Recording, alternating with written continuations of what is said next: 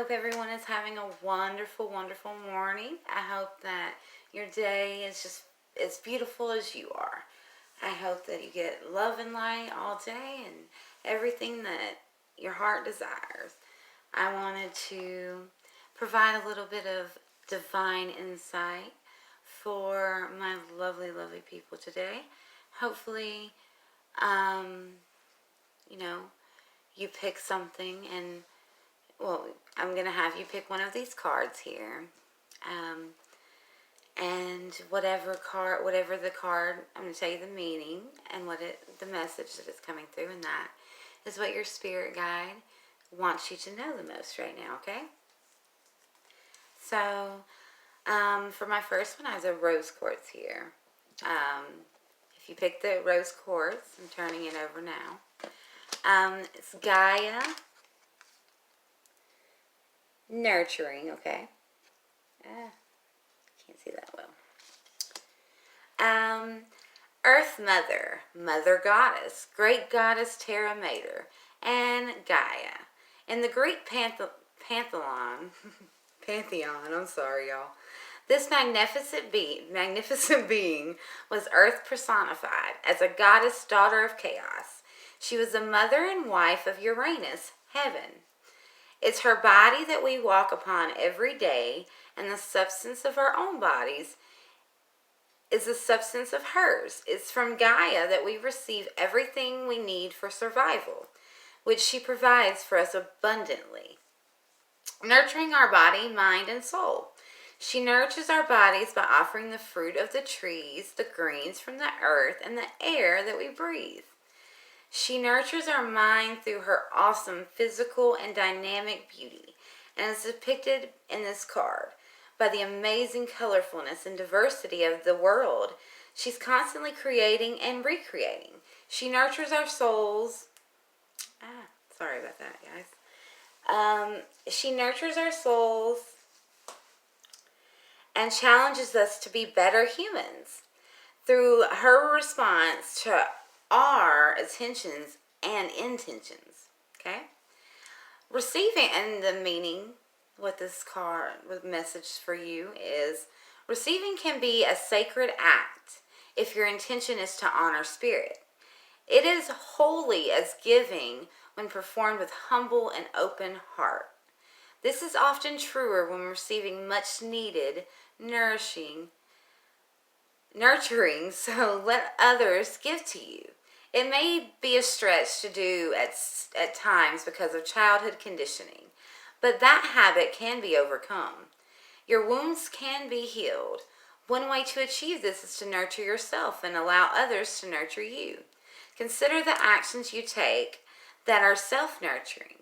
What comes to your mind when you really think about doing beneficial things for yourself?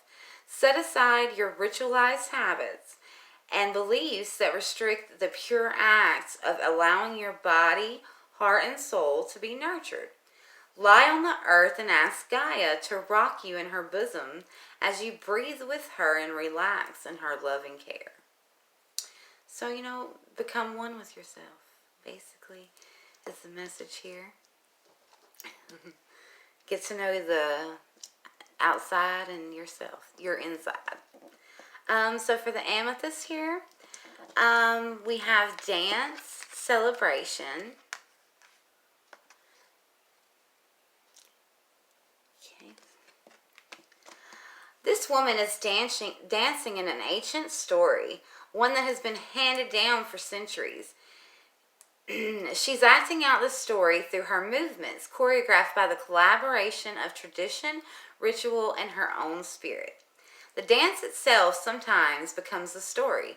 Although unheard and unseen in this image, there are others who are singing and clapping to accompany this dancer.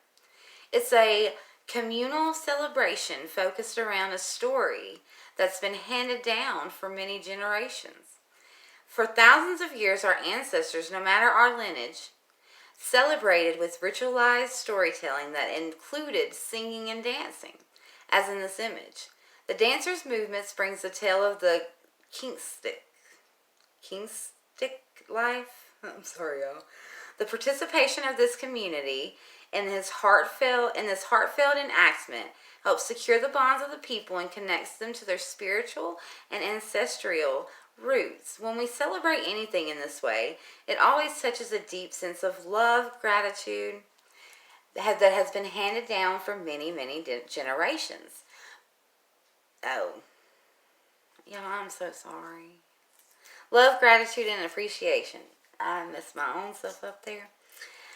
So the message here is the sacredness of any celebration is dependent upon the quality of spirit that is present. The quality of spirit is greater to the degree that you are fully present, with minimal inhibitions about expressing your joy and happiness through physical movement. Focus on what you want to celebrate. Put some music and dance, whether fast or slow. Sing a song while you do so. Make one up about what you have to celebrate. God's wish for us is for everyone to enjoy their time on earth. And part of that wish is to celebrate your capacity to be joyous and express it through your body. Whether in private, a small group, or a large communal gathering, let music, song, dance be a part of your sacred ceremony, regardless of what you are celebrating. For truly, any celebration is sacred. And I agree with this card. You know, that song, I hope you dance. You know, I can't sing, but still, I like that song. I've always liked it. And I love to dance, too. It's just something uplifting and positive about it, you know. Just be happy. Don't worry. Be happy. You don't need a special occasion to be happy. So under the orange calce, I'm sorry y'all got a singing thing for me today. I know I can't sing, but it'll be okay. It's just a little bit of singing. I ain't gonna sing again, I promise. So we have the lotus flower. The lotus flower unfoldment. Alrighty. So the lotus flower sits upon one of its leaves, having risen to the surface of the sun, held in the hand, and invites upward to the light. This unique plant is rooted in the mud and the muck at the bottom of the body of water, its stem reaching up to the surface where the leaves rest quietly. At night, the flower closes and sinks below the surface, only to rise with the daylight and once again gradually unfold its petals, its stem extending above the waterline 3 feet or more. When we learn that this amazing plant is how our own spiritual path unfolds, opens to the light, then gently folds it in on itself for a proper rest when the daylight fades. This period is just as necessary as the growth, as it allows the plant to integrate what it has gained in nourishment during the day and what's important and as important that it is rooted, and it is yet another miracle of nature that something so exquisitely beautiful is formed from the mud and the muck. Sorry guys, y'all, I just dropped everything. Oh my goodness gracious. And so the message there is your spiritual unfoldment is occurring at all times, whether or not you're aware of it or not. It is inevitable as long as you put trust in the hands of the Creator, the one who holds the light. Like the lotus, your soul is always reaching for the light to fulfill its karmatic destiny. But even in rest, that process, even in that process, there are periods of darkness and times to rest. It is a natural cycle, one that cannot be coerced or halted. It has an innate rhythm of its own, one that is unique to the being that is you. You do not need to strive or be driven by spiritual ambition. It does no good to try and force growth upon yourself, or others for that matter. Allowing is the key here. Allow the place in you that naturally wants to follow the light to do so, while recognizing that even when you have complete faith, you will face challenges and occasionally suffering. Your steady faith and love will guide you on your journey and returning to the light. that is one as well. We're all fated to suffer. I think that these three cards here are the best example. We're all fated to have some flaw in our nurturing system, in our past that is sad and it wounds us, But we make that choice to celebrate still, to find the joy and even the dark in the light and even in the darkest rooms. It's not, a lot of times people I think get it a little bit confused because, for instance, I grew up in Church of Christ my whole entire life. I was baptized, I am still consider myself to be a Christian because that's what I am. But you know what I found in finding my faith? Because when I define my Christianity, it's my particular faith. It's what I felt more connected with because, in a lot of aspects, there's things in different religions that I can see and connect with. And, just like us, the Bible was written by flawed individuals. And I think that more so than any lesson in the Bible, one thing that a lot of Christians fail to realize, when you lead people to the Lord, to the light, basically, we're going to call the Lord the light because he's everything, right? They think that it's like, judging them, like, you need to read this, go to church every Sunday and read this, and this, and that's not at all what he's saying. Like, okay, so the point it's not who you are when people are looking, it's who you are when nobody's looking. That's your true test of who you are. You're not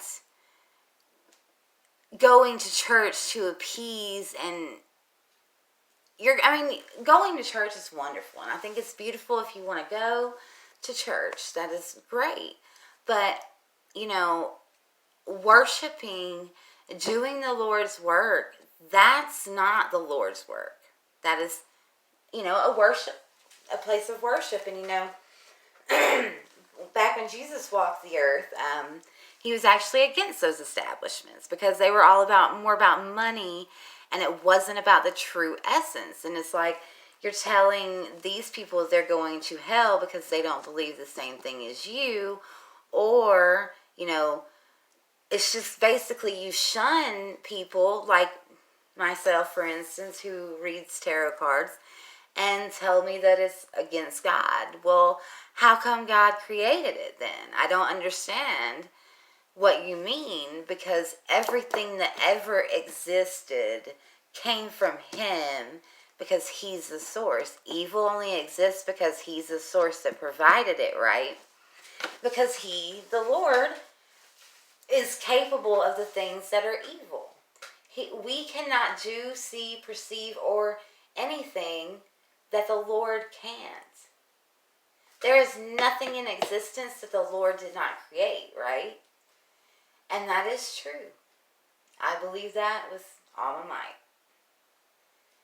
And with that being said, we all possess the ability to be either good or evil. We make the choice. That's our free will. Every situation, more so the ones when no one's looking, you have the chance to do the right or the wrong thing.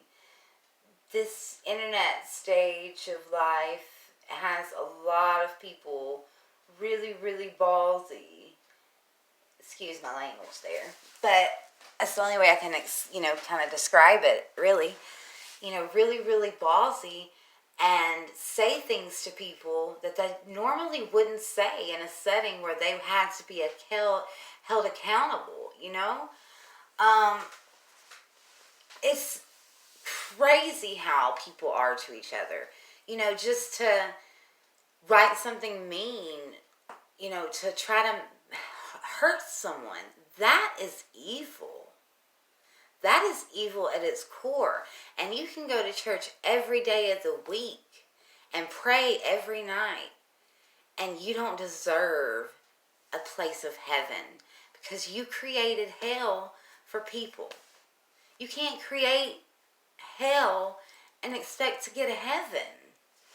I mean, we're supposed to help our fellow man. And by help, it doesn't mean judge and wave your finger at them. It show your concern, your compassion, your care. That's what they want, the world wants to take away from us, is our empathy, our passion, our love for each other. They want to take that away. Because we're all narcissists, you know? We all have narcissistic tendencies now. That is the world we live in.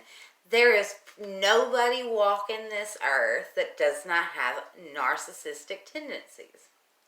You might not be a full-blown narcissist because those are crazy. I don't understand them. I can't understand them.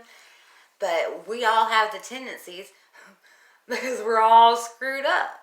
And we can only feel our own emotions usually, you know, except for if you're like myself and you're an empath.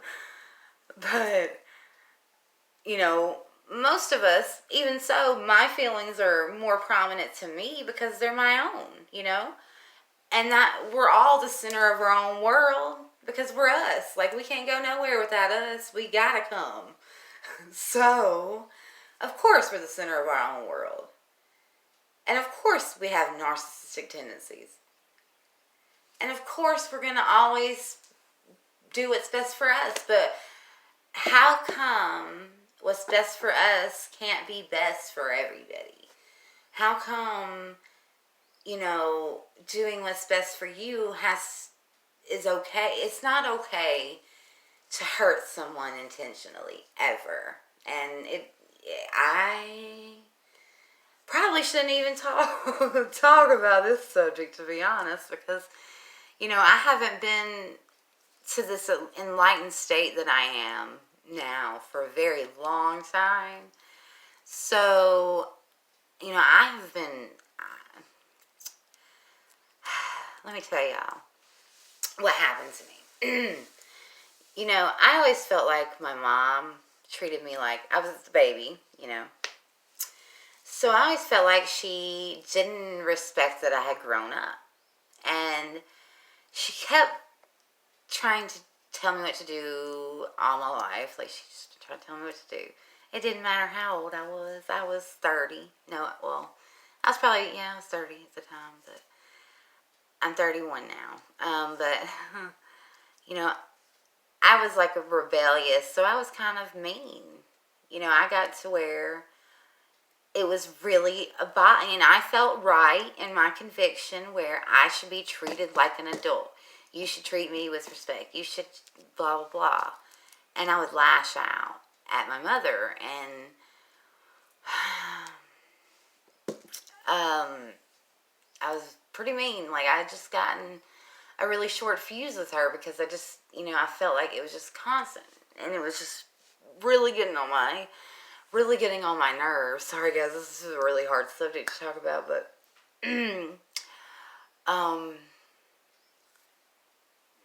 last year, the day after my birthday,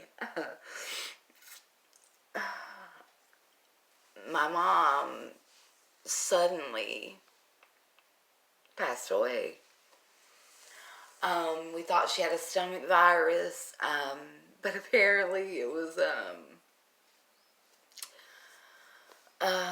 heart attack. It was a sign of a heart attack, and it started the day before my birthday, and she was sick on my birthday, and I went and got her, you know, some stuff to settle her stomach down, And, you know, because we thought she had a stomach bug, some crackers and some Sprite from the store that night. About 1 a.m. And, like at 6 a.m., I was, going into the kitchen to, make some tea. And, the dog, you know, made this, the loudest and most painful sounding yelp that I had ever heard, you know, an animal making it. And I went in there and I found her that day. And it's been one of the hardest year. It's almost been a year now. In May, it'll be a year. Doesn't seem like it. It's been really hard. And right before then, I just moved back in here to help my mother.